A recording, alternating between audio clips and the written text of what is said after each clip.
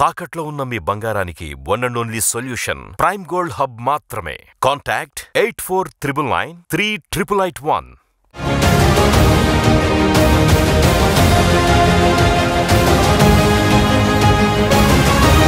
Political junction వర్తమాన రాజకీయాలపై సమగ్ర విశ్లేషణ అందిస్తుంది. నమస్తే, వెల్కమ్ టు ఆదాన్. నమస్తే రాజేష్ గారు.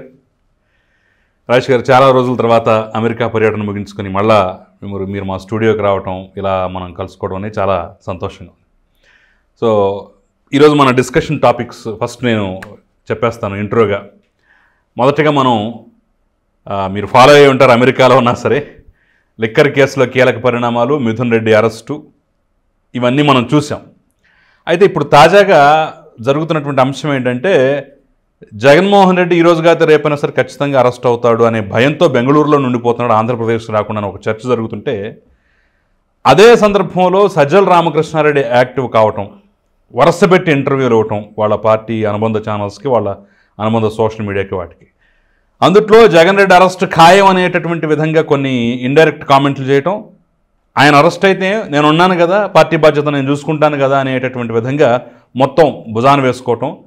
సజ్జల రామకృష్ణారెడ్డి ఇప్పుడు ఇంత వేగంగా చేస్తున్నటువంటి ఇంటర్వ్యూలు, ఈ పరిణామాలు ఇవన్నీ చూస్తుంటే నెక్స్ట్ బాధ్యతకి ఈయనకే, జగన్మోహన్ రెడ్డి వెళ్ళిపోతే భారతిరెడ్డి కూడా ఏం వచ్చే అవకాశం లేదు అనే ఒక ఫెయిలర్ని గట్టిగా వదులుతున్నాడు, నేనే మీకు సర్వస్వం అనేలాగా ఒక ప్రొజెక్షన్ చూపిస్తున్నాడు అనేది అందరిలోనూ అనుకుంటున్నటువంటి కామెంట్, జరుగుతున్న చర్చ. సో దీన్ని ఎలా మనం విశ్లేషించాలి, ఎలా అర్థం చేసుకోవాలని ఫస్ట్గా మనం మాట్లాడే ప్రయత్నం చేద్దాం. ఆ తర్వాత రెండు, అనంతబాబు కేసు. ఇప్పుడు అనంతబాబు చాలా ప్రయత్నాలు చేసిన తర్వాత కూడా లేదు, కుదరదని చెప్పేసి కోర్టులు నిర్ద్వంద్వంగా నీ మీద విచారణ జరగాల్సిందే, తప్పులు తేల్చాల్సిందే అని అంటూ కూడా ఇప్పుడు తీర్పు ఇచ్చినటువంటి నేపథ్యంలో అనంతబాబు కేసు వైసీపీ భవిష్యత్తును ఏం చేయబోతోంది, అసలు అనంతబాబు భవిష్యత్తును ఏం చేయబోతోంది అనేది మనం మాట్లాడే ప్రయత్నం చేద్దాం. ఎందుకంటే దీని మీద పెద్ద లోతుల్లోకి వెళ్ళి మాట్లాడిన వాళ్ళు కూడా ఎవరు లేరు కాబట్టి మనం ఆ ప్రయత్నం చేద్దాం. ఈ రెండు అంశాలు ఈరోజు ప్రధానంగా మాట్లాడదాం. అంతకన్నా ముందు బ్రీఫ్గా మీ అమెరికా పర్యటన, తానా సభల్లో పాల్గొన్న తీరు, బహుశా అమెరికా మొత్తం ఆల్మోస్ట్ చుట్టేస్తున్నారు కదా 20 రోజుల్లో, 21 రోజుల్లో, ఆ వివరాలు ఏంటో బ్రీఫ్గా ఫస్ట్ మీరు చెప్పే ప్రయత్నం చేయండి. తానా మహాసభలు జరుగుతున్న సందర్భంగా నిర్వాహకుల ఆహ్వానం మేరకు జూలై 2వ తారీఖు మధ్యాహ్నం, అంటే నేను ఇక్కడ హైదరాబాద్ నుంచి మన 2వ తారీఖు తెల్లవారుజామున బయలుదేరా. కానీ మనకి అక్కడికి ఉన్న టైం వేరియేషన్ మూలాన దాదాపు 20 గంటల పైగా ప్రయాణించి 2వ తారీఖు మధ్యాహ్నం అక్కడ దిగా నేను. ఓకే, అంటే ఇక్కడ ఎర్లీ అవర్స్ 3 o'clock బయలుదేరి 20 గంటల పైగా ప్రయాణం చేసిన తర్వాత మధ్యాహ్నానికి దిగా అక్కడ. అంటే మనకన్నా వాళ్ళు ఒకరోజు వెనక్గా ఉండటం వల్ల సాధ్యపడింది. 3వ తారీఖు 4వ తారీఖు తానా సభల్లో పాల్గొన్నాను. అక్కడ కృష్ణా జిల్లా ఫోరం ఒక దాంట్లో, అమరావతి ఫోరం ఒక దాంట్లో, అలాగే తానా మెయిన్ డయాస్ మీద జరిగిన పొలిటికల్ ఫోరంకి సంబంధించిన మాక్ అసెంబ్లీలో కూడా నేను పాల్గొనడం జరిగింది. ఏది రఘురామకృష్ణరాజుతో? రఘురామకృష్ణరాజు గారు స్పీకర్గా, TV5 మూర్తి గారు మోడరేటర్గా వ్యవహరించిన చర్చా వేదికలో నేను కూడా ఒక శాసనసభ్యుడిగా పాల్గొనడం జరిగింది. అంటే మాక్ అసెంబ్లీ అది. కొన్ని వందల మంది ఆ 3 రోజుల్లో 2వ తారీఖు మధ్యాహ్నం నుంచి నేను వెళ్ళిన దగ్గర నుంచి కూడా కొన్ని వందల మంది NRIలతో ఇంటరాక్ట్ అవ్వడం జరిగింది. అమెరికా నుంచి, కెనడా నుంచి వచ్చిన వాళ్ళు కూడా చాలామంది ఉన్నారు అక్కడ. డెట్రాయిట్ కెనడా బోర్డర్లో ఉంటుంది. అక్కడి నుంచి బై రోడ్డే వచ్చేసారు చాలామంది కెనడా నుంచి. వాళ్ళందరితో ఇంటరాక్ట్ అవ్వడం జరిగింది. రాష్ట్ర రాజకీయాల గురించి, ఇక్కడ జరుగుతున్న పరిణామాల గురించి, స్థితిగతుల గురించి చాలా విస్తృతంగా చర్చించడం జరిగింది. నేను 5వ తారీఖు బయలుదేరి, వాస్తవంగా తానా సభ 5వ తారీఖు కూడా ఉంది, కానీ నేను 3-4 తారీఖులు అక్కడ పాల్గొన్న తర్వాత 5వ తారీఖు బయలుదేరి ఫ్లోరిడా రాష్ట్రంలో ట్యాంపాలో జరుగుతున్న నాట్స్ సభల కోసం అని చెప్పని అక్కడికి రావడం జరిగింది. 5-6 తారీఖులు నాట్స్ కన్వెన్షన్స్ జరిగినాయి అక్కడ. అక్కడ కొన్ని వందల మందిని అక్కడ కూడా కలవటం జరిగింది. కాకపోతే నాట్స్లో పొలిటికల్ ఫోరమ్స్ ఏమీ అక్కడ జరగల. వాళ్ళు ప్రధానంగా కల్చరల్ యాక్టివిటీస్కి సినిమా రంగానికి సంబంధించి కొన్ని చర్చాగోష్ఠులు జరిగాయి. నేను వాటిలో అయితే పాల్గొలా. కాకుంటే ఇంతమంది అమెరికాలో నన్ను గుర్తుపట్టే వాళ్ళు ఉన్నారా అని చెప్పని నేను కూడా ఆశ్చర్యపోయా. తానా సభల్లో కానీ నాట్స్లో కానీ యూట్యూబ్లో కానీ ప్రధాన స్రవంతి మీడియా చర్చల్లో పాల్గొనడం ద్వారా ఇంతమంది నన్ను గుర్తిస్తున్నారా అని చెప్పని నాకు కూడా ఒక ఇంత సంతోషం కలిగించింది. ఆ తర్వాత 10వ తారీఖు నేను ఫిల్డెల్ఫియా వెళ్ళా. మా తమ్ముడు ఉంటాడు అక్కడ. అక్కడ ఒక meet and greet with Rajesh ఆప్స్ అనే కార్యక్రమం జరిగింది.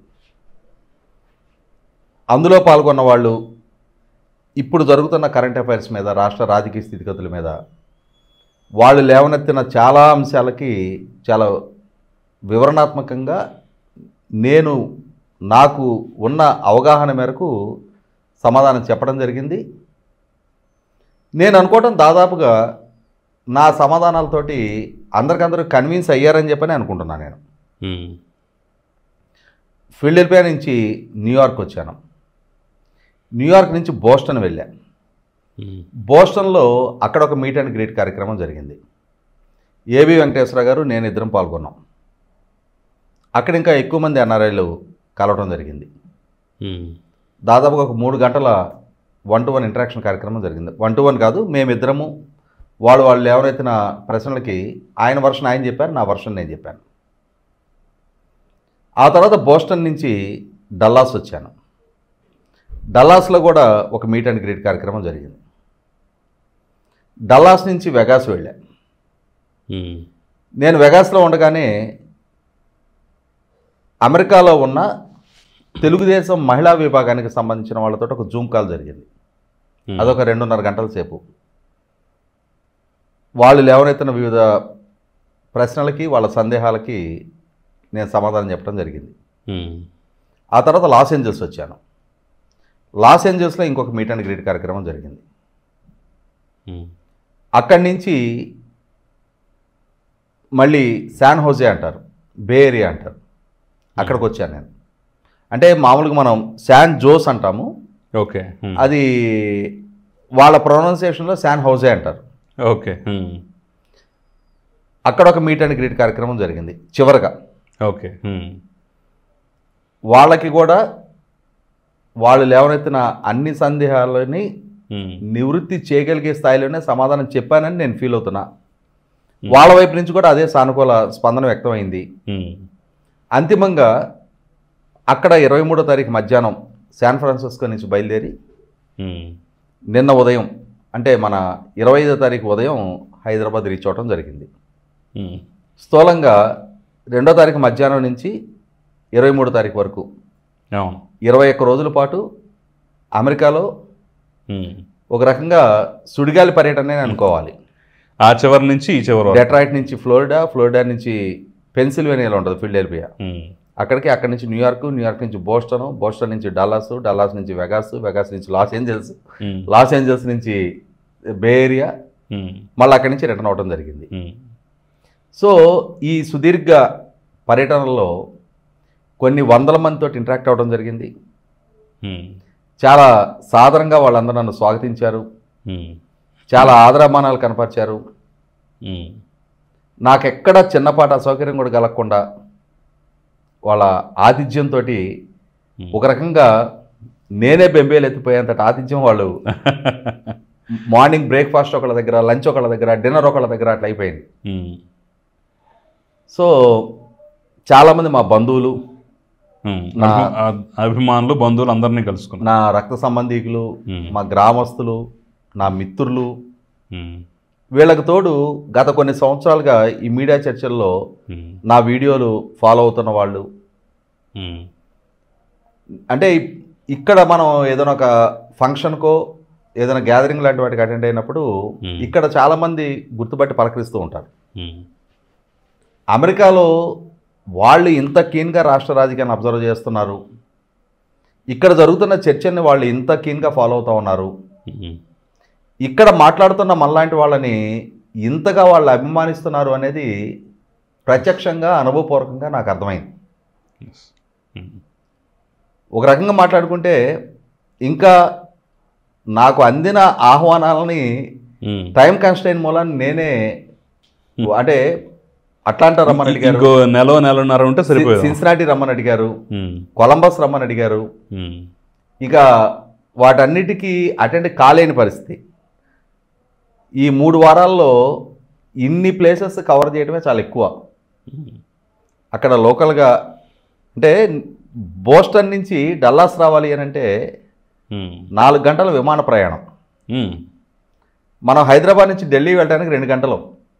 ఓకే, అంటే మన హైదరాబాద్ నుంచి ఢిల్లీ కన్నా డబుల్ డిస్టెన్స్ ఉంటుంది. డల్లాస్ నుంచి వెగాస్ రావాలి అని అంటే 3 గంటల విమాన ప్రయాణం.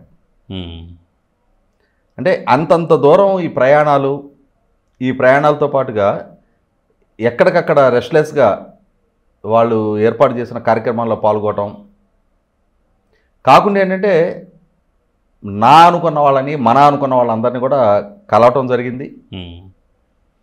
ఎప్పుడెప్పుడో 30 సంవత్సరాల క్రితం 40 సంవత్సరాల క్రితం కలిసిన వాళ్ళు కూడా అక్కడ కార్యక్రమాల్లో వాళ్ళు ఎదురుపడి పలకరీయటం. మా పిన్ని వాళ్ళ అబ్బాయి క్లాస్మేటు వాళ్ళు నాకప్పుడు నేను కాలేజీలో నాకు జూనియర్సు, మా తమ్ముడికి ఇంజనీరింగ్ కాలేజీలో జూనియర్సు, వాళ్ళు ఎదురుపడి అన్నా గుర్తుపట్టావా మేము పలానా కదా అని చెప్పానంటే చాలా సంవత్సరాల తర్వాత, చాలా దశాబ్దాల తర్వాత. సో చాలామంది ఆత్మీయుల్ని కలిశాను, చాలా చక్కటి ఆదరాభిమానాలు, స్వాగత సత్కారాలు పొందాను. ఆ ఆత్మీయ ఆతిథ్యం మధుర స్మృతుల్లాగా మిగిలిపోద్ది మనకి. కాబట్టి విజయవంతంగా ఆ పర్యటన ముగించుకొని సేఫ్గా నేను హైదరాబాద్లో ల్యాండ్ అయ్యా. ఇది స్థూలంగా అమెరికా పర్యటన గురించి చెప్పాలంటే చాలా సంతోషంగా ఉంది. ముఖ్యంగా అంతమంది అభిమానులు మీకు దగ్గర కావటం, అంతమంది రావటం అనేది నిజంగా చాలా గొప్ప విషయం. సరే, మన మెయిన్ సబ్జెక్ట్లోకి వెళ్ళిపోదాం. సో జగన్మోహన్ రెడ్డి అసలు ఆంధ్రప్రదేశ్లో అడుగుపెట్టినటువంటి విధానం కానివ్వండి, అదే సందర్భంలో సజ్జల యాక్టివ్ కావటం కానివ్వండి, ఇది ఒక అనుమానాలకి అట్ ద సేమ్ టైం ఒక సంకేతానికి స్పష్టంగా తెలుస్తున్నటువంటి అంశంగా చూడాలి అని చెప్పేసి అంటున్నారు. ఎలా చూడాలి, ఎలా అర్థం చేసుకోవాలి? అంటే ఇక్కడ సజ్జల రామకృష్ణారెడ్డి గత జగన్మోహన్ రెడ్డి గారి పాలనా హయాంలో సకల శాఖల మంత్రిగా అతను మనందరి చేత కూడా పిలువబడ్డాడు. కారణం ఏంటి అంటే రాష్ట్ర ప్రభుత్వ సలహాదారుడిగా కొనసాగుతూ రాష్ట్ర ప్రభుత్వ పాలసీ మ్యాటర్స్ అతనే మీడియాకి రివీల్ చేసేవాడు. ప్రభుత్వంలో అడ్మినిస్ట్రేటివ్ అఫైర్స్కి సంబంధించి అంటే ప్రభుత్వోద్యోగులు ప్రభుత్వంతో జరిపే చర్చల్లో అతనే పాల్గొనేవాడు. అదే సందర్భంలో వైసీపీ పార్టీ ప్రధాన కార్యదర్శిగా కొనసాగుతూ అంటే ఇక్కడ అంటే ఇదే ప్రశ్న నేను ఒక జర్నలిస్ట్ వేస్తే ఆయన చెప్పిన సమాధానం ఏంటంటే, ఒక వ్యక్తికి అన్ని అంశాల మీద నాలెడ్జ్ ఉండకూడదా? నాలెడ్జ్ ఉంటే తప్ప. ఇప్పుడు అధికార ప్రతినిధి అని చెప్పేసి ఎవరన్నా పెడతామండి, ఆ అధికార ప్రతినిధి అన్ని విషయాలు మాట్లాడతాడు కదా, నేను పలానా విషయమే మాట్లాడతాను, పలానా విషయం మాట్లాడని చెప్పడు కదా. అలాగే నాకు అన్ని విషయాలు తెలిస్తే తప్పేమన్నా ఉందా, నాకు నాలెడ్జ్ ఉంటుంది తప్పా అని చెప్పేసి ఆయన ఒక కొంటెగా సమాధానం చెప్తున్నాడు. అంటే ఇక్కడ సజ్జల రామకృష్ణారెడ్డి తనను తాను ఎంతవరకు సమర్థించుకునే ప్రయత్నం చేసినా కూడా వైసీపీ పార్టీ ప్రధాన కార్యదర్శిగా వైసీపీ పార్టీ అంతర్గత రాజకీయాల్లో వైసీపీ పార్టీ అంటే ఆ పార్టీకి సంబంధించిన అడ్మినిస్ట్రేటివ్ ఇష్యూస్లో అతను ఇన్వాల్వ్ అవటాన్ని ఎవరు తప్పుపట్టరు. కానీ ప్రజల గట్టిన పన్ను నుంచి జీతం తీసుకుంటున్న ఒక సలహాదారుడిగా అతను ప్రజలకి ప్రభుత్వానికి జవాబుదారీ. 5 సంవత్సరాలు సలహాదారుడిగా ఆ సలహాదారుడు హోదాను అడ్డు పెట్టుకొని అటు ప్రభుత్వం మీద పార్టీ మీద పెత్తనం చెలాయించిన సజ్జల రామకృష్ణారెడ్డి 5 సంవత్సరాల తన సలహాదారుడి టెన్యూర్లో ప్రభుత్వానికి ఏ అంశాల పట్ల తన సూచనలు సలహాలు తెలియజేయడం జరిగింది.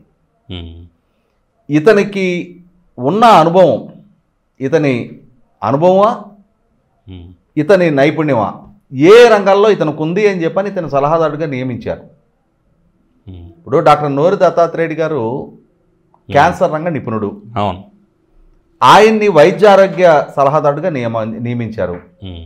సజ్జల రామకృష్ణారెడ్డికి ఉన్న ఎక్స్పీరియన్స్ అండ్ ఎక్స్పర్టైజ్ ఏ రంగాల్లో ఆయనకు ఆ నైపుణ్యత ఉంది. ఏ రంగాల్లో నైపుణ్యత ఉంది అని భావించిన జగన్మోహన్ రెడ్డి గారు ఆయనకి సలహాదారుడిగా నియమించారు. అలా నియామకం పొందిన సజ్జల రామకృష్ణారెడ్డి గారు 5 సంవత్సరాల తన టెన్యూర్లో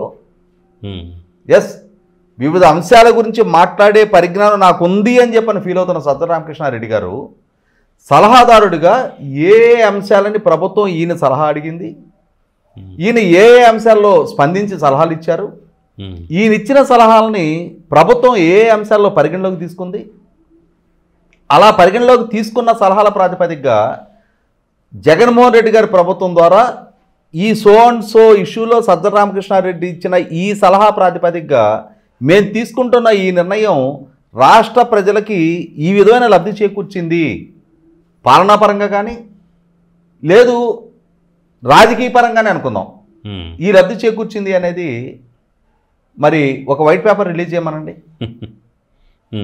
5 ఏళ్ళు సలహాదారుడిగా కొనసాగావు కదా, ఏం సలహాలు ఇచ్చావు నువ్వు, వాటిలో ఎన్నింటి ప్రభుత్వం పరిగణలోకి తీసుకుంది, అసలు ప్రభుత్వం నిన్నే సలహాలు అడిగింది, సలహాదారుడిగా నియామకం పొందటానికి నీకున్న అనుభవం నైపుణ్యత ఏంటి, వీటికి ఏటికి జవాబు లేని ప్రశ్నలు ఇవి.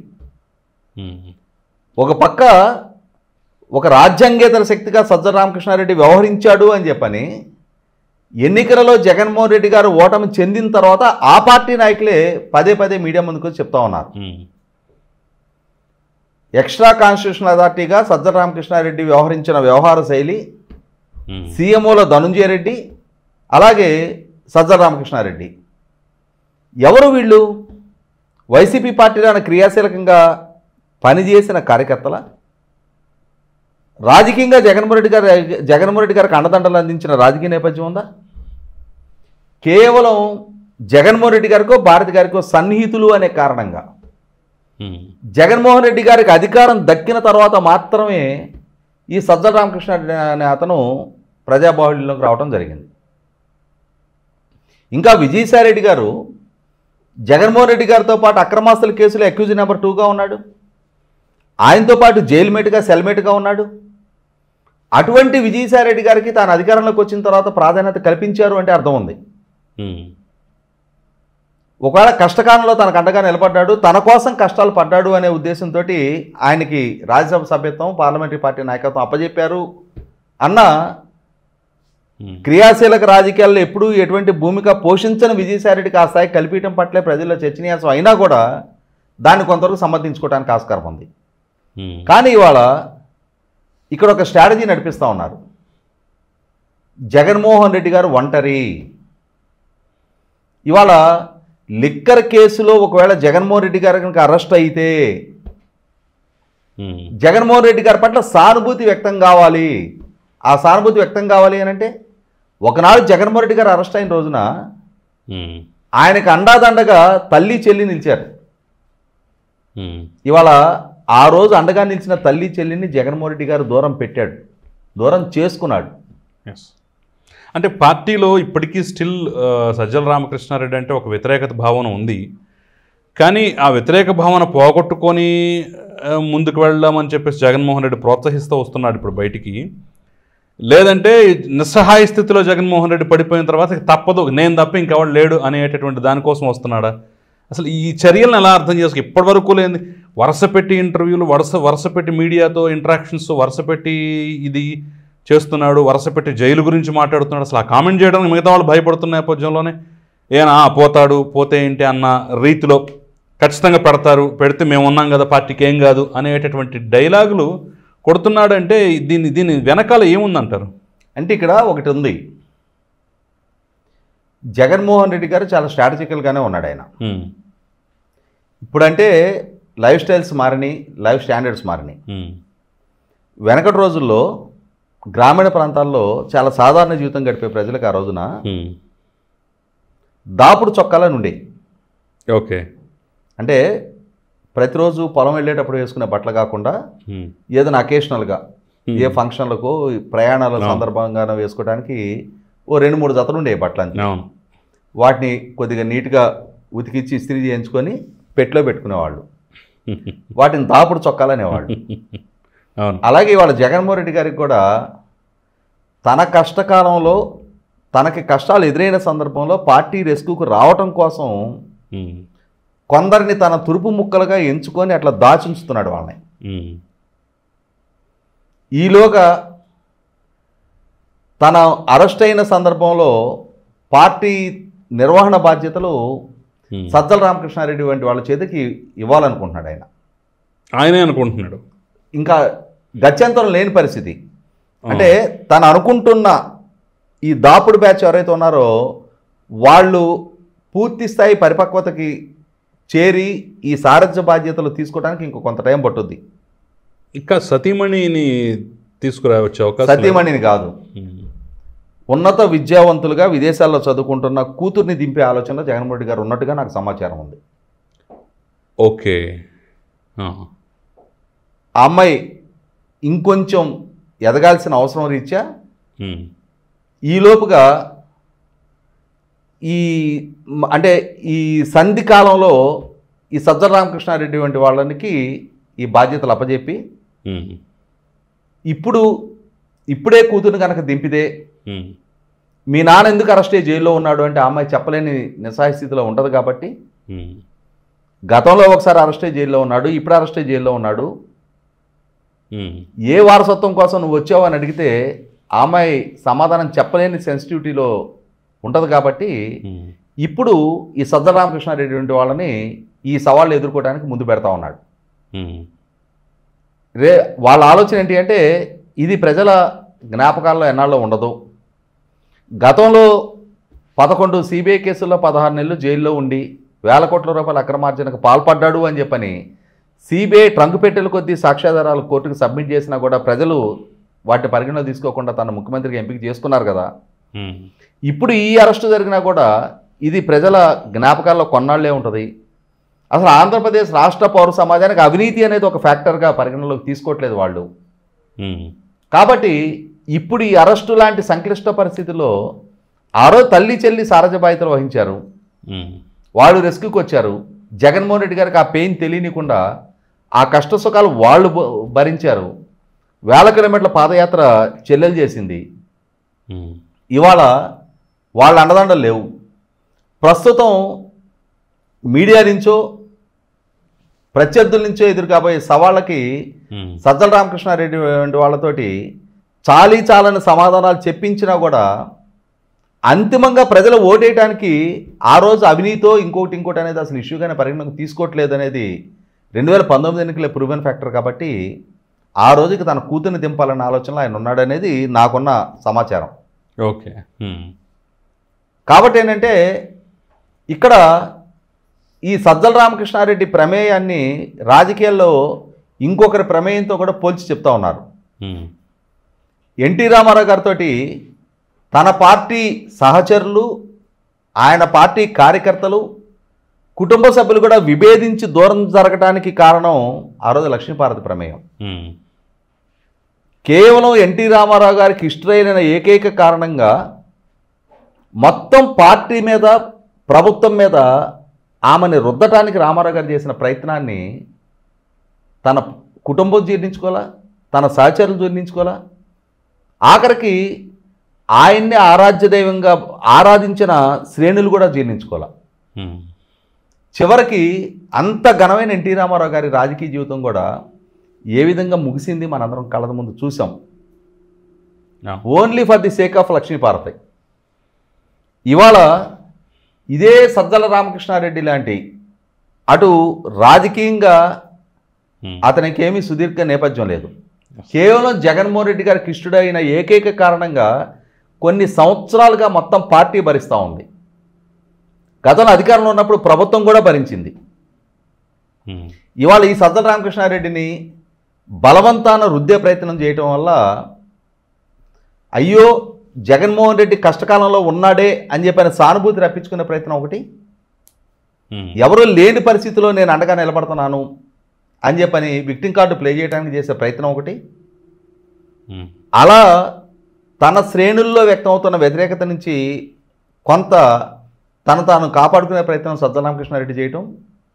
అదే సందర్భంలో నేను ఇందాక చెప్పినట్టుగా రేపటి రోజున జరగబోయే కూతురు ఎంట్రీకి ఇది భూమిక కాకూడదు అని చెప్పని ఎస్, సందర్భం ఇది కాదు, ఇది కాదు అని చెప్పని. ఓకే.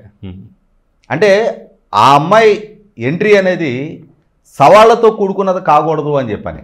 ఒక స్మూత్ సెయిలింగ్ వాతావరణం, ఒక ప్లాట్ఫామ్ బిల్డప్ చేసి అప్పుడు పూలదారి ఆమెకి కావాలి. అంటే ఆ ప్రాపర్ టేక్ ఆఫ్ ఉండాలి అని చెప్పని. ఇటువంటి పరిస్థితుల్లో సజ్జల రామకృష్ణారెడ్డి లాంటి ఎటువంటి రాజకీయ అనుభవము పరిజ్ఞానం ఆయనకు ఉంటే ఉండుండొచ్చేమో, కానీ క్రియాశీలకంగా ఆ పార్టీ జెండా 5 నిమిషాలు కూడా అతను మోసిన వ్యక్తి కాదు. కాంగ్రెస్ పార్టీతో విభేదించి బయటకు వచ్చిన రోజు, ఆ రోజు చాలామంది సీనియర్ నాయకులు జగన్మోహన్ రెడ్డి గారే ముఖ్యమంత్రి కావాలని కోరుకున్న వాళ్ళు కూడా అధికారంలో ఉన్న కాంగ్రెస్ పార్టీతో విభేదించి బయటికి రావడానికి సాహసించని రోజున ఆయనతో ఉండి, ఆయన వెనక నడిచి, ఆయన్ని గెలిపించుకొని వాళ్ళ రాష్ట్ర ముఖ్యమంత్రి స్థాయికి తీసుకెళ్లిన శ్రేణుల మీద ఎటువంటి కష్టాలు మోయని సజ్జల రామకృష్ణారెడ్డి గత కొన్నేళ్లుగా ప్రదర్శిస్తూ వచ్చిన ఆధిపత్యం, వాళ్ళ సీజన్డ్ పాలిటీషియన్స్, వాళ్ళకి సజ్జల రామకృష్ణారెడ్డి లాంటి ఒక జీతానికి పనిచేసిన, సాక్షిలో భారతి గారి దగ్గర జీతానికి పనిచేశాడు, ప్రభుత్వంలో సలహాదారుగా జీతానికి పనిచేశాడు. అటువంటి ఒక ఎంప్లాయీ ఇవాళ మా మీద బాసిజం చేస్తాడు అని అంటే రేపు ఇంకొక లక్ష్మీపార్వతి లాంటి ప్రయోగం అయినా కూడా ఆశ్చర్యం లేదు. ఇక మనం రెండో అంశం చూసినట్టయితే అనంతబాబు ఇష్యూ మళ్ళీ మొదటికి వచ్చినటువంటి పరిస్థితి ఎలా చూడాలి? ఇప్పుడు వాస్తవంగా వ్యవస్థల విధ్వంసానికి ప్రత్యక్ష ఉదాహరణగా పిల్లి అనంతబాబు సుబ్రహ్మణ్యాన్ని హత్య చేసిన కేసు ఉదంతం మన కళ్ళ ముందు కనిపిస్తూ ఉంది. జరిగింది ఒక దారుణ హత్య. నాటి జగన్మోహన్ రెడ్డి గారి ప్రభుత్వ హయాంలో ఆయన పార్టీకి సంబంధించిన ఎమ్మెల్సీ పిల్లి అనంతబాబు తన దగ్గర డ్రైవర్గా పనిచేస్తున్న సుబ్రహ్మణ్యాన్ని హత్య చేసి ఆ శవాన్ని తన కారులో వాళ్ళ ఇంటికి డోర్ డెలివరీ చేశాడు. కారు అక్కడ వదిలేసి వెళ్ళిపోయాడు. చివరికి అది ఇష్యూ చిలికి గాలివానగా మారిన తర్వాత గత్యంతరం లేని స్థితిలో ప్రభుత్వం స్పందించి అతని మీద కేసు నమోదు చేయడం జరిగింది. ఎస్, నేనే హత్య చేశానని తను అడ్మిట్ అయ్యాడు. హత్య చేశాను అని అడ్మిట్ అయిన తర్వాత అతని కేసులో ముద్దాయి. కానీ నాటి ఎస్పీ ప్రెస్ మీట్ పెట్టి ఎమ్మెల్సీ గారు, అనంతబాబు గారు అని సంబోధిస్తున్న తీరు చూస్తుంటేనే ఒక హత్య కేసు అక్యూజ్డ్ గురించి సంబోధిస్తున్నాడా, పెద్దల సభకు ప్రాతినిధ్యం వహిస్తున్న ఒక ఎమ్మెల్సీ గురించి సంబోధిస్తున్నాడా అని చెప్పనే డైలమాలో రాష్ట్ర ప్రజలు పడిపోయారు. అంటే ఒక ఎస్పీ స్థాయి అధికారి ఒక హత్య కేసు అక్యూజ్డ్ని అంత గౌరవప్రదంగా సంబోధిస్తున్న తీరు చూస్తేనే ఆ కేసు విచారణ ఆ కన్సర్న్డ్ అధికారి చేతిలో ఏ స్థాయిలో జరిగి ఉంటుందో మనం ఊహించగలుగుతాం. కేసు పూర్తి స్థాయిలో విచారణ జరగలేదు, విచారణకు సంబంధించిన పూర్తి స్థాయి వాస్తవాలు వెలికి తీయబడలేదు అని చెప్పని బాధితుడిగా మారిన సుబ్రహ్మణ్యం తల్లిదండ్రులు ఆనాటి నుంచి పోరాటం చేస్తూనే ఉన్నారు. వారికి అండదండలు అందిస్తూ చాలామంది నాటి ప్రతిపక్ష పార్టీలు, అలాగే ముప్పాల సుబ్బారావు గారు లాంటి సీనియర్ న్యాయవాదులు కూడా సుదీర్ఘకాలం పోరాటం చేస్తూనే ఉన్నారు. 33 గాయాలు సుబ్రహ్మణ్యం ఒంటి మీద ఉన్నాయి అని చెప్పని పోస్ట్ మార్టం నివేదిక తేల్చాలని చేస్తూ ఉంది. ఆ కేసులో అనంతబాబుతో పాటు ఇంకా వేరే వ్యక్తులు కూడా ఉన్నారు, కానీ ఒక్క అనంతబాబు మీద మాత్రమే కేసు నమోదు చేయడం జరిగింది. అనంతబాబు సమక్షంలో ఈ హత్య జరిగినప్పుడు సుబ్రహ్మణ్యం మీద దాడి చేసిన ఇంకా వేరే వ్యక్తులు కూడా ఉన్నారు అని చెప్పని ఆరోపణలు వస్తూ ఉన్నాయి. కానీ నాటి జగన్మోహన్ రెడ్డి గారి ప్రభుత్వ హయాంలో విచారణ జరిపిన పోలీసులు తూతూ మంత్రపు విచారణ జరిపారు. అసలు కేసు మూలాల్లోకి వెళ్ళాల. సీసీటీవీ ఫుటేజ్లు కానీ కాల్ డేటా కానీ వాళ్ళు పరిశీలించడం లేదు. అసలు ఛార్జ్ షీట్ వేయడమే ఆలస్యం చేయడం వల్ల కదా పేరు వచ్చింది. దాంతో కేసు విచారణ పిల్లి అనంతబాబుకు అనుకూలంగా ఒక ఆర్కెస్ట్రేటెడ్ డ్రామా నడిపించారు. దాని పర్యవసానం అతనికి బెయిల్ రావడం జరిగింది. బెయిల్ వచ్చి జైలు నుంచి విడుదలైన అనంతబాబుని పూల జల్లులతోటి స్వాగత సత్కారాలు పలికి ఊరేగింపుతో తీసుకెళ్లారు. అవును. తీసుకువెళ్ళటమే కాదు, న్యూ ఇయర్ రోజున మొత్తం అక్కడున్న స్థానిక పోలీసు అధికారులు అందరూ కూడా ఒక హత్య కేసు అక్యూజ్డ్గా ఉన్న అనంతబాబుని కలిసి పోటీలు పడి బొకేలు ఇచ్చి ఫోటోలు దిగడం జరిగింది. ఎమ్మెల్సీ అనంతబాబు వేరు, ప్రోటోకాల్ ప్రకారం అతను గౌరవించడం వేరు. కానీ మీ ద్వారా నమోదు చేయబడ్డ కేసులో అక్యూజ్డ్ నెంబర్ 1గా ఉన్న ఒక హత్య కేసు అక్యూజ్డ్గా ఉన్న అనంతబాబుని విచారణాధికారులుగా ఉన్న పోలీసు అధికారులు కలవటం అనేది 100% ఆక్షేపణీయం. ఆ ఫోటో చూస్తేనే అర్థమైపోయింది ఈ కేసు విచారణ గది ఏం కానుంది అని చెప్పని. సాక్షాత్తు ముఖ్యమంత్రి జగన్మోహన్ రెడ్డి గారు ఆయన పర్యటన సందర్భంగా తన కాన్వాయ్లో తాను పర్యటిస్తున్న వాహనంలో అనంతబాబుకు చోటు కల్పించడం జరిగింది. అంటే ఏ విధమైన సంకేతాన్ని సందేశాన్ని ప్రజలకు పంపిస్తూ ఉన్నారు, విచారణాధికారులకు పంపిస్తూ ఉన్నారు? నాకు అత్యంత ఆప్తుడు, ఇతని విషయంలో మీరు కొంచెం జాగ్రత్తగా ఉండండి, ఇతని కేసులో అక్యూజ్డ్గా మీరు ఇతనికి వ్యతిరేకంగా ఏదైనా సాక్ష్యాధారాలు సేకరించాలి అన్నా కూడా నాకు వ్యతిరేకంగా సేకరించినట్టే అన్న అభిప్రాయం కలిగే విధంగా ముఖ్యమంత్రి వ్యవహరించినప్పుడు ప్రతి పర్యటనలోనూ తన పక్కనే పెట్టుకున్నాడు కదా, తన కాన్వాయ్లో ఉంచుకున్నాడు కదా, తన బస్సులో ఎక్కించుకున్నాడు కదా. అదే అంటున్నా, ఆ విధమైన సంకేతాన్ని ఇవ్వటం ద్వారా కేసుని నిర్వీర్యం చేసే ప్రయత్నం జరిగింది అనేది వాస్తవం. ఇటువంటి నేపథ్యంలోనే 2024 జూన్ 4న ప్రజా తీర్పుతో జగన్మోహన్ రెడ్డి గారు అధికారానికి దూరం జరిగిన తర్వాత అప్పుడు ఈ బాధితులుగా ఉన్న సుబ్రహ్మణ్యం తల్లిదండ్రులు కూడా తమకు జరిగిన అన్యాయం పట్ల ఎలుగెత్తి చాటే ఆస్కారం కలిగింది. కాబట్టి మళ్ళీ తిరిగి విచారణ జరగాలి అని చెప్పని పోలీసుల ద్వారా SC/ST అట్రాసిటీ కోర్టులో కేసు ఫైల్ చేసిన తర్వాత మళ్ళీ విచారణ జరపడానికి కోర్టు అనుమతి ఇచ్చిన తర్వాత అప్పుడు ఈ అనంతబాబు విచారణ మీద స్టే ఇవ్వండి అని చెప్పని హైకోర్టుని అప్రోచ్ అయ్యాడు. హైకోర్టు విచారణ ఎదుర్కొని తీరాల్సిందే అని చెప్పడం జరిగింది.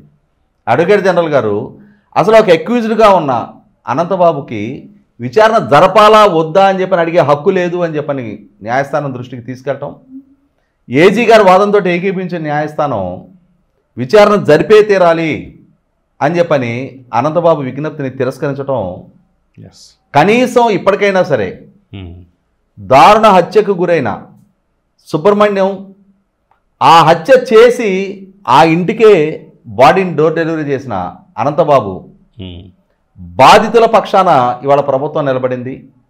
నాడు బాధ్యుడి పక్షాన నిలబడ్డ ప్రభుత్వాన్ని చూసాం, ఆ ప్రభుత్వాన్ని ప్రజలు సాగనంపారు. నేడు న్యాయం కోసం పోరాడుతూ ఉన్న బాధితుల పక్షాన ప్రభుత్వం నిలబడి ఇవాళ మళ్ళీ తిరిగి విచారణకు పూనుకుంటున్న నేపథ్యంలో కనీసం ఇప్పటికైనా సరే అసలు సుబ్రహ్మణ్యం హత్యకి కారణం ఏంటి, ఆ హత్యలో పాల్గొన్న వ్యక్తులు ఎవరెవరు, ఎందరున్నారు, ఎవరి ప్రమేయం ఏంటి అనేది ఇప్పటికైనా నిర్ధారణ జరిగి ఇప్పటి వరకు ఒక హత్య కేసు అక్యూజ్డ్గా ఉండి సమాజంలో పొందకూడని ప్రివిలేజెస్ అన్నీ పొందుతూ ఉన్న అనంతబాబు వంటి వాళ్ళకి శిక్ష ఖరారు కావడానికి ఆస్కారం కలుగుతుందని ఆశిద్దాం.